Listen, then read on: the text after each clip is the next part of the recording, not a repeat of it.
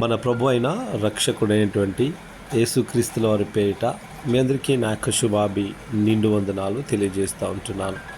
ఈరోజు దేవుని యొక్క వాగ్దానము కీర్తనల గ్రంథము 34వ అధ్యాయము 4వ వచనము.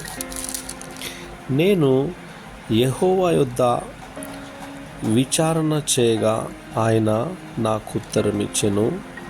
నాకు కలిగిన భయములన్నింటిలో నుండి ఆయన నన్ను తప్పించెను. దేవునికి స్తోత్రం.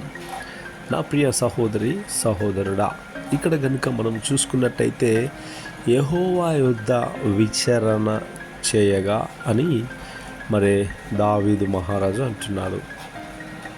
మనమైతే మరి ఎవరి దగ్గర మన సమస్యను విచారిస్తూ ఉంటాము? మన పక్కింటోళ్ళ దగ్గర, మన పై అధికారుల దగ్గర, లేకపోతే మంచి డబ్బున్నోళ్ళ దగ్గర, బాగా చదువుకొని మరి మంచి పిహెచ్డీలు చేసిన వాళ్ళ దగ్గర, వాళ్ళ దగ్గరనే మనము విచారణ అనేది చేస్తాము. కానీ ఇక్కడ ఒక దేశాన్ని పరిపాలించేటువంటి దావీదు మహారాజు, నేను యెహోవా యొద్ద విచారణ చేస్తే నాకు కలిగిన ప్రతి భయములో నుండి నన్ను తప్పిస్తాడు అని అంటున్నాడు. దేవునికి స్తోత్రం.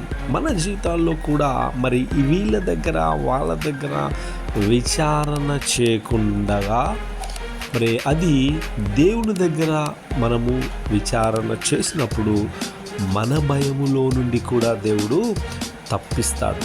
దేవునికి స్తోత్రం. నా ప్రియ సహోదరి సహోదరుడా, నువ్వు గుర్తుంచుకోవాలి, మనుషులను నమ్మకూడదు, దేవుడినే నమ్మాలి. ఆయన తప్పిస్తాడు. ఆమేన్.